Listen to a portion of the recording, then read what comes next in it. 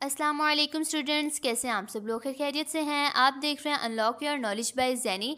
पाक navy sellers jobs 2025 पाक navy sellers jobs की टेस्ट प्रिपरेशन करवाई जा रही है पार्ट नंबर 7 में, जिसके अंदर हम इंटेलिजेंस, इंग्लिश, मैथ्स, फिजिक्स और जीके के क्वेश्चंस को कवर कर रहे हैं, जो कि पेपर के लिहाज से most important and most repeated MCQs हैं। आपने बहुत ही अच्छे तरीके से इनको समझना है ताकि आपका पेपर बहुत अच्छा हो। कमेंट में इंशाल्लाह ज़रूर लिख दीजिएगा। ये most important most repeated MCQs इसलिए हैं क्योंकि लास्ट ईयर पेपर्स में ये आ चुके हैं। पाकिस्तान नेवी के पेपर में यही सवाल होंगे इंशाल्लाहुल अज़ीम। इससे पहले हमने पार्ट नंबर 1, 2, 3, 4, 5, 6 को डिस्कस किया है। आप वो जाकर जल्दी जाकर वो वीडियो देख लें ताकि आपका पेपर बहुत अच्छा हो। अगर आपको टेस्ट सिलेबस का नहीं पता तो वो भी हमने अपने चैनल पे वीडियो डाली हुई है, आप वो जाके वॉच कर सकते हैं। बाकी पार्ट्स की जो लिंक्स हैं वो हमने डिस्क्रिप्शन में भी दिए हैं, वहाँ जाके आप वॉच कर सकते हैं। वीडियो को लास्ट तक देखिएगा ताकि कोई भी ऐसा मोस्ट इंपॉर्टेंट एमसीक्यूज़ हो जो आपके लिए काफ़ी इंपॉर्टेंट हो पेपर के लिहाज से, तो वो आपसे स्किप ना हो जाए। नेक्स्ट अब हम चलते हैं अपनी वीडियो की तरफ। क्वेश्चन नंबर है हमारा first, what number comes next in the following series. ये सीरीज़ के क्वेश्चंस हैं जो कि आपके इंटेलिजेंस पोर्शन में आएंगे। आपका फर्स्ट पोर्शन होगा इंटेलिजेंस का, तो इसी तरीके से आपका फर्स्ट क्वेश्चन आएगा, मंदरजा झैल में आगे कौन सा नंबर आता है? तो हम देखते हैं ये 63, 3, 44, 0, 91 डैश। तो आगे नेक्स्ट सीरीज़ क्या है, हम इसके ऑप्शंस को डिस्कस कर लेते हैं। Option number A 9, option number B 1, option number C 8, option number D 3। तो इसका करेक्ट आंसर है ऑप्शन सी यानी 8। ओके, अब आप कहेंगे ये 8 किस तरीके से आया, मैं आपको बताती हूँ ये 8 किस तरीके से आया है। आप इसको गौर से देखें पहले। अगर आपको ये खुद आ जाता तो ये तो बहुत ही अच्छा हो गया, लेकिन मैं आपको फिर भी समझाती हूँ जिसको नहीं आता। 6 में से 3 माइनस किए तो 3 आए, 4 में से 4 माइनस किए तो 0 आए, 9 में से 1 माइनस किए तो क्या आया, 8 आया। तो हमने इधर करेक्ट आंसर अपना 8 लगाया था, तो इस तरीके से यहाँ 8 आएगा। तो ये सीरीज़ इस तरीके से कंप्लीट होगी। एक दो दोबारा आपको बताती हूँ। 6 में से 3 निकाला तो 3 आया, 4 में से 4 निकाला तो 0 आया, 9 में से 1 निकाला तो 8 आया है। तो ये माइनस यानी सब्सट्रैक्ट किए हुए हैं, इधर माइनस आना था, तो आप इस पर ना जाइएगा प्लस पर। तो आप इसको अच्छी तरीके से समझ लिया आपने। नेक्स्ट क्वेश्चन है हमारा, who is known as the father of Pakistan. Father of Pakistan कहा जाता है, किन्हें कहा जाता है, ये तो स्टूडेंट्स को लाजमी आता है ना। हम इसके ऑप्शंस को डिस्कस कर लेते हैं। ऑप्शन ए है अयूब खान, ऑप्शन बी है कायद आज़म मोहम्मद अली जना, ऑप्शन सी है लियाकत अली खान, ऑप्शन डी है अख्तर महमूद। तो इसका करेक्ट आंसर है ऑप्शन बी, कायद आज़म मोहम्मद अली जना is the father of Pakistan. ये लास्ट टाइम पेपर में आ चुका है, तो आप देख इस तरीके से आप इसको ना एज्यूम कर सकते हैं कि पेपर काफ़ी इजी होना है। आपने पज़ल और टेंशन बिल्कुल नहीं लेनी, पेपर बहुत इजी होता है। काफ़ी ज़्यादा स्टूडेंट्स होते हैं वो परेशान हो जाते हैं कि भाई हम मतलब किस तरीके से सारे इंटेलिजेंस पोर्शन को, एकेडमिक पोर्शंस को सॉल्व करेंगे, लेकिन ये बहुत ही इजी होता है। ये मैट्रिक बेस पर आपकी जॉब है, तो फिर काफ़ी इजी एमसीक्यूज़ आते हैं। तो हम द नेक्स्ट क्वेश्चन को पढ़ते हैं, what is the next number in the following series. ये भी सीरीज़ का क्वेश्चन है। द झैल सीरीज़ में से अगला नंबर क्या है, 4, 8, 24, 96। तो हम इसके ऑप्शंस को डिस्कस कर लेते हैं। ऑप्शन ए है 804, ऑप्शन बी है 408, ऑप्शन सी है 480, ऑप्शन डी है 444। ठीक है, इसका करेक्ट आंसर है ऑप्शन सी 480। अब ये किस तरीके से है मैं आपको ये बताती हूँ, आपने ये देखना है। इधर मैंने आंसर्स को डिस्कस किया हुआ, आप ये देख सकते हैं कि हमने 4 मल्टीप्लाई बाय 2, ठीक है, यानी आपने इस तरीके से देखना है कि 4 को 2 के साथ मल्टीप्लाई किया तो 8 आया, 8 को हमने 3 के साथ मल्टीप्लाई किया तो 24 आया, 24 को हमने 4 के साथ मल्टीप्लाई किया तो 96 आया, और 96 को अब हम 5 के साथ डिस्कस यानी मल्टीप्लाई करेंगे, तो नेक्स्ट सीरीज़ इसकी आएगी 480। तो आपने देख लिया इधर इन्होंने मल्टीप्लिकेशन किया, पिछले सीरीज़ वाले क्वेश्चंस में इन्होंने सब्ट्रैक्ट किया था, इसमें मल्टीप्लाई किया है, तो नेक्स्ट में डिवाइड हो सकता है और प्लस हो सकता है, हर तरीके से क्वेश्चन आ सकता है। ज़रूरी नहीं कि यही क्वेश्चन आए, आपको इसी तरह से यानी इसी कॉन्सेप्ट पर आपको नया क्वेश्चन आ जाए, तो आपने हर तरह से प्रिपेयर्ड रहना है। ओके, उम्मीद है कि आपको इसकी समझ आ गई होगी। अब हम नेक्स्ट चलते हैं जी। All type of information are available, ये हमारा कॉन्टैक्ट नंबर है, आप इस पर ये इस पर कांटेक्ट कर सकते हैं। अगर आपको किसी भी रिलेटेड ऑनलाइन प्रिपरेशन करवानी हो, जॉब्स के रिलेटेड ऑनलाइन अप्लाई करवाना हो, पीडीएफ और नोट्स चाहिए, आपको अवेलेबल कर दिए जाएंगे। ये हमारा व्हाट्सअप चैनल है, आप इसको भी ज्वाइन कर सकते हैं ताकि कोई भी लेटेस्ट अपडेट हो, ख़ास तौर पर पाकिस्तान नेवी की तरफ से, पाकिस्तान एयरफोर्स की तरफ से, पाकिस्तान आर्मी की तरफ से, या कोई भी ऐसी लेटेस्ट जॉब्स होंगी उसकी अपडेट आपको मिलती रहेगी। स्कॉलरशिप्स के बारे में कोई भी स्कीम आती है तो हर लिहाज से आपको अपडेट मिलती रहेगी। तो आप इसको ज्वाइन कर लें, लिंक इसका डिस्क्रिप्शन में दिया गया है, आप इसको ज्वाइन कर लें। नेक्स्ट हम अपने क्वेश्चन की तरफ चलते हैं। Which one is the different from the rest, जो बाकियों से मुख्तलिफ है। हम इसके ऑप्शंस को डिस्कस कर लेते हैं। ऑप्शन ए है कराची, ऑप्शन बी है काबुल, ऑप्शन सी है ढाका, ऑप्शन डी है दिल्ली। तो इसका करेक्ट आंसर है ऑप्शन ए कराची। अब आप कहेंगे ये किस तरीके से है, मैं आपको ये बताती हूँ ये किस तरीके से एक दूसरे से डिफरेंट है। पड़ा जो काबुल है, ढाका है, दिल्ली है, ये कैपिटल्स हैं, यानी ये एक ग्रुप में आते हैं। जो कराची है वो कैपिटल नहीं है पाकिस्तान का। आपको मैं एक एडिशनल क्वेश्चन बताती हूँ कि पाकिस्तान का पहला जो कैपिटल था वो कराची था, अब उसका करंट इस्लामाबाद है। तो इस तरीके से ये नहीं है कि कराची भी अब कैपिटल है। इधर इन्होंने सीरीज़ डिफरेंट इसलिए की हुई है क्योंकि ये जो तीन है ये कैपिटल्स हैं और जो कराची है ये कैपिटल नहीं है, ये एक सिटी है। तो इस तरीके से कराची डिफरेंट होगा, बाकियों से मुख्तलिफ होगा। ठीक है, नेक्स्ट क्वेश्चन पे चलते हैं हम अपने। If FET is to TEF then TAR is to, यानी आप इसको देख सकते हैं। हम इसके ऑप्शंस को डिस्कस कर लेते हैं। ऑप्शन ए है RAT, ऑप्शन बी है ART, ऑप्शन सी है TRA, ऑप्शन डी है TAR। ठीक है, अब इसका करेक्ट आंसर ऑप्शन ए RAT। अब मैं आपको बताती हूँ ये किस तरीके से आया है। आप ये देख सकते हैं जो FET है इज़ टू TEF, ये किस तरीके से है। अब आप देखें ये इसको उल्टा इन्होंने स्टार्ट किया, यानी TEF, लाइक TEF। ठीक है, ये इनको इसने रिवर्स कर लिया, नहीं उल्टा कर लिया है। देन अब ये पूछ रहे हैं कि टार, ये TAR किस तरीके से, तो ये भी हम उल्टा करेंगे तो RAT। तो इधर RAT इसका करेक्ट आंसर है, इधर आएगा RAT।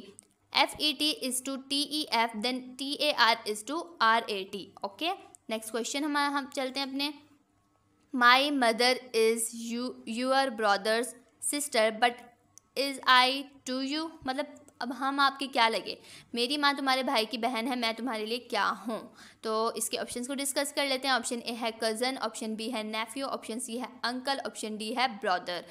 इस तरह का क्वेश्चन थोड़ा टाइम टेकन होता है, तो आपने इसकी अच्छे से प्रैक्टिस करके जानी है ताकि जैसे ही ये आए तो आपने अपने माइंड में ही स्केच बनाकर उसको कर लेना है, या फिर आपके पास वो पेन देते हैं तो आपने उसको राइट करके फ़ौरन ही आपने उसका आंसर निकाल लेना होता है। तो टाइम टेकन होता है, तो लेकिन आपने इसका टाइम नहीं लगाना, आपने बहुत ही अच्छी इसकी तैयारी करके जानी है।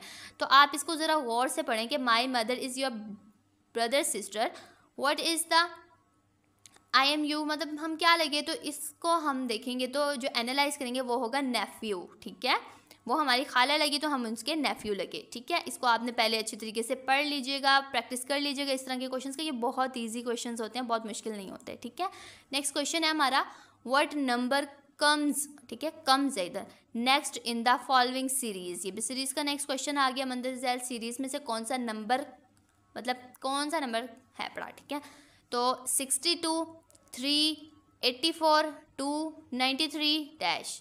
तो हम इसके ऑप्शंस को डिस्कस कर लेते हैं। ऑप्शन ए है 3, ऑप्शन बी है 4, ऑप्शन सी है 5, ऑप्शन डी है 6। तो इसका करेक्ट आंसर है ऑप्शन ए यानी 3।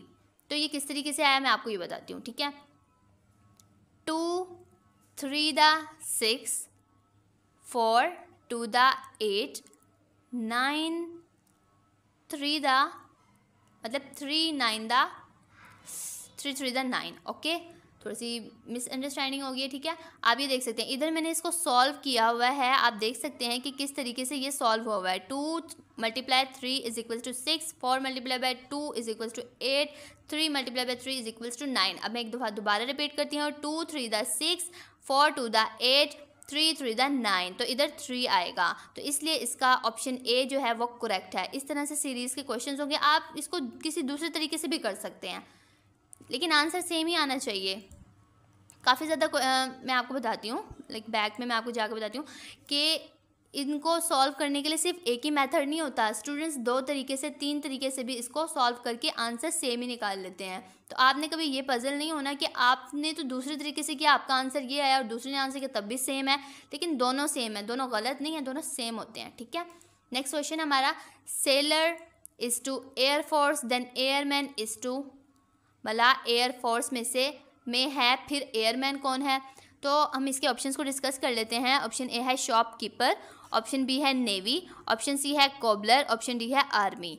तो अब ये किस तरीके से है मैं आपको बताती हूँ, मतलब इसका करेक्ट आंसर है ऑप्शन बी नेवी। किस तरीके से आया है? Sailor is to air force then airman is to, जो एयरमैन होता है वो होता है नेवी में, ठीक है, और जो एयरफोर्स में होता है वो होता है एयरमैन। लाइक मैं आपको बताती हूँ, इधर इन्होंने नेवी का सेलर एयरफोर्स पे लगा दिया, तो हम इधर एयरफोर्स का जो होगा वो हम नेवी पे कर देंगे।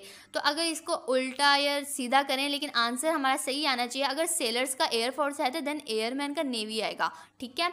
जो एयरफोर्स के अंदर भर्ती होती है मैट्रिक बेस पे, तो उस पोस्ट को हम एयरमैन बोलते हैं, और जो नेवी की भर्ती होती है उसको हम सेलर्स बोलते हैं। तो इस तरीके से इसी कॉन्सेप्ट को आपने लेकर ये क्वेश्चन सॉल्व करना है। नेक्स्ट है, which one is the different from the rest, जो बाकियों से मुख्तलिफ है। हम इसके ऑप्शंस को डिस्कस कर लेते हैं। ऑप्शन ए है मेलन, ऑप्शन बी है ऑरेंज, ऑप्शन सी है कैरेट, ऑप्शन डी है मैंगो। तो इसका करेक्ट आंसर है ऑप्शन सी कैरेट। अब ये किस तरीके से डिफरेंट है मैं आपको बताती हूँ। Melon, orange, carrot, mango. अब जो ये मेलन है ये एक फ्रूट है, ऑरेंज एक फ्रूट है, कैरेट एक वेजिटेबल है और मैंगो एक फ्रूट है। तो इस तरीके से जो मेलन और ऑरेंज और मैंगो है ये एक फ्रूट्स हैं, ये एक ग्रुप में आते हैं, लेकिन कैरेट वेजिटेबल है। तो ये इन तीनों से डिफरेंट है, इसलिए कैरेट इसका करेक्ट आंसर है। आपको मैं एक और बात बताऊं कि आपने कैपिटल्स बहुत ही अच्छे तरीके से याद करके जाने हैं, जो कि मोस्ट इंपॉर्टेंट कंट्रीज़ है ना, आपने जस्ट उनके कैपिटल्स याद करके जाने। ये नहीं मैं आपको कह रही कि आपने पूरे वर्ल्ड के करने हैं, नहीं, इतना नहीं होता, क्योंकि ये बहुत ही बेसिक्स क्वेश्चंस आते हैं आपके मैट्रिक बेस के। तो लेकिन आपने कैपिटल का क्वेश्चन जरूर याद करके जाना है। अगर आपको कैपिटल्स के क्वेश्चंस आते हैं, यानी कैपिटल्स आपको आते हैं, तो वेल एंड गुड। अगर नहीं आते तो वो भी आपने पढ़ लें पेपर में जाने से पहले। आप मुझे ये बताएं कि अगर जिस स्टूडेंट्स को कैपिटल आते हैं वो ये बताएं कि बांग्लादेश का कैपिटल क्या है। वो कमेंट में बांग्लादेश का कैपिटल लिखें, इस तरीके से पता चलेगा आपकी तैयारी कितनी अच्छी है, ठीक है। कमेंट में ज़रूर लिखिएगा उसका आंसर कि बांग्लादेश का कैपिटल क्या है। नेक्स्ट क्वेश्चन है हमारा, he wear a beautiful dress, beautiful is. ये प्रपोजिशन, ये सेंटेंस का क्वेश्चन यानी इंग्लिश का क्वेश्चन है। इसने खूबसूरत लिबास पहना हुआ था, खूबसूरत है। अब इसके ऑप्शंस को डिस्कस कर लेते हैं। ऑप्शन ए है एडवर्ब, ऑप्शन बी है एडजेक्टिव, ऑप्शन सी है नाउन, ऑप्शन डी है प्रोनाउन। तो इसका correct answer option B adjective. मेरा जल्दी बोलने का मकसद यही है कि अगर वीडियो ज़्यादा लंबी ना हो और शॉर्ट फॉर्म में आपको ज़्यादा इन्फॉर्मेशन दी जाए। तो इसका correct answer option B adjective. Adjective किस तरीके से, जो ब्यूटीफुल है ये एक ख़ास चीज़ है, तो एडजेक्टिव एक ख़ास चीज़ पर आता है। तो ब्यूटीफुल ख़ास है तो ये एडजेक्टिव हुआ, ठीक है। नेक्स्ट है जी, two words with very close meanings are called. इंतहाई करीबी मायने वाले दो अल्फाज कहलाते हैं। हम इसके आंसर्स को डिस्कस कर लेंगे, यानी ऑप्शंस को। ऑप्शन ए है एंटोनिम, ऑप्शन बी है सिनोनिम, ऑप्शन सी है होमोनिम्स, ऑप्शन डी है नन ऑफ अबव। तो इसका correct answer option B antonyms. अब आपको तो ये बात अच्छे तरीके से पता होगी, है ना, क्योंकि ये काफ़ी मेन क्वेश्चंस है, यानी बहुत ही ज़्यादातर स्टूडेंट्स इसको सॉल्व करते होते हैं, एंटोनिम्स करते होते हैं, सिनोनिम्स करते होते हैं। तो आपको अच्छे तरीके से पता होगा कि two words with very close meanings are called synonyms, यानी सेम वर्ड्स को हम सिनोनिम्स कहते हैं, और जो अगर उसका उल्टा करना हो तो उलट वो एंटोनिम्स होता है, ठीक है। नेक्स्ट क्वेश्चन है हमारा जी, correct the sentence by using right options. I am tired as I am working since morning. सही ऑप्शन का इस्तेमाल करते हुए जुमले को दुरुस्त करें। मैं थक गया हूँ क्योंकि मैं सुबह से काम कर रहा हूँ। तो हम इसके ऑप्शंस को डिस्कस कर लेंगे। ऑप्शन ए है I have been working, option B है I was working, option C है I had been working, option D है आई विल बी वर्किंग। तो इसका correct answer option A I have been working. Okay, next हमारा question है, select the correct article used in the sentence when I met him he was dash intermediate from the given choice। ठीक है, अब हम इसके options को discuss कर लेते हैं। ऑप्शन ए है आ, ऑप्शन बी है एन, ऑप्शन सी है द, ऑप्शन डी है वन। तो ये आर्टिकल है, हमने इधर आर्टिकल लगाना है। तो इस सेंटेंस को किस तरह कंप्लीट करेंगे? When I met him he was dash intermediate. तो इसका correct answer option B an. Article जो होते हैं वो एन यानी आ एन होता है, तो फिर आपने इसको अच्छे तरीके से देखना है। जो इंटरमीडिएट होता है इसके साथ हमेशा एन लगेगा। When I met him he was an intermediate. Okay, तो इसका करेक्ट आंसर बी है। नेक्स्ट क्वेश्चन है हमारा, fill in the blank Aslam is senior dash me. खाली जगह पुर करें, असलम सीनियर है डैश, यानी हम इसके ऑप्शंस को डिस्कस कर लेते हैं। ऑप्शन ए है 4, ऑप्शन बी है ऑफ, ऑप्शन सी है ऑन, ऑप्शन डी है 2। तो इसका करेक्ट आंसर है option D 2। Aslam is senior to me. अगर इधर आ जाए जूनियर तब भी आपने टू मी लगाना है। तो ये एक प्रपोजिशंस के क्वेश्चंस हैं। तो प्रपोजिशन की ख़ास एक टेबल होता है, आप गूगल में सर्च करेंगे तो वो प्रपोजिशन का टेबल देख लें आप इसी तरीके से। तो किसी तरह का भी कोई क्वेश्चन आएगा ना प्रपोजिशन का, वो आपको आता होगा। इंशाल्लाह आपका पेपर बहुत अच्छा हो, कमेंट में इंशाल्लाह ज़रूर लिख दीजिएगा। ओके, नेक्स्ट क्वेश्चन है हमारा, most of the guest arrived dash buses. ज़्यादातर मेहमान आ गए डैश बसेस से। ठीक है, हम इसके ऑप्शंस को डिस्कस कर लेते हैं। ऑप्शन ए है इन, ऑप्शन बी है बाय, ऑप्शन सी है ऑन, ऑप्शन डी है व्हेन। तो इस विद, तो इसका correct answer option B by. Most of the guest arrived by buses. ठीक है, बसेस के साथ बाय लगता है, अराइव्ड के साथ बाय लगता है। तो मैं आपको पहले बता रही हूँ कि आपने एक टेबल होता है प्रपोजिशंस का, उसको अच्छी तरीके से एक ही दफ़ा आप देख लेंगे ना तो आपके प्रपोजिशन वाले क्वेश्चन सॉल्व हो जाने इंशाल्लाह। ठीक है, नेक्स्ट क्वेश्चन है हमारा, चूज़ द करेक्ट स्पेलिंग। सही हिंसे का इंतखाब करें। तो हम इसके ऑप्शंस को डिस्कस कर लेते हैं। ऑप्शन ए है BUSINESS, ऑप्शन बी है BUSYNESS, ऑप्शन सी है BIZINESS, ऑप्शन डी है BUSSINESS। ठीक है, तो ये तो सबको आता होगा। तो ये देख लें आप, काफ़ी इंपॉर्टेंट MCQs यानी ईजी होते हैं, आप कर लेंगे, आपने टेंशन नहीं लेनी। स्टूडेंट्स होते हैं, मुझे मैसेज आते हैं, काफ़ी पजल होते हैं, काफ़ी टेंशन में होते हैं, तो टेंशन लेने की ज़रूरत नहीं है। आप अगर अच्छी तरीके से प्रैक्टिस करके जाते हैं तो आपका पेपर ज़रूर पास होगा इंशाल्लाह। तो इसका करेक्ट आंसर ऑप्शन ए बिजनेस। बिजनेस के ये स्पेलिंग्स होते हैं। ओके, नेक्स्ट क्वेश्चन है हमारा, choose the correct spelling. Second भी वही आगे कि सही हिंसे का इंतखाब करें। इसके ऑप्शन हैं, ऑप्शन ए एडमिनिस्ट्रेशन, फिर मैं ये इसको मतलब डिस्कस नहीं करती, आप इसको खुद देख लें, वीडियो ज़्यादा लंबी ना हो। तो ऑप्शन ए इसका करेक्ट आंसर है एडमिनिस्ट्रेशन की ये स्पेलिंग बिल्कुल करेक्ट हैं पढ़े। ठीक है, इसके अलावा वो आपको दे देते हैं कम्युनिकेशंस के स्पेलिंग आपसे पूछ लेते हैं, आइडियोलॉजी के पूछ सकते हैं, जिस तरह लाइक पीछे बिजनेस के पूछे, इधर एडमिनिस्ट्रेशंस के, आइडियोलॉजी के, कम्युनिकेशंस के, और भी जैसे कॉम्प्लिकेटिव थोड़े से मतलब जिसके MCQs होते हैं यानी वर्ड्स होते हैं तो वो आपसे पूछ लेते हैं। तो ज़्यादा मुश्किल नहीं होते, ज़्यादातर स्टूडेंट्स वही करते हुए आ रहे होते हैं रोज़ में अपने क्लास वर्क में।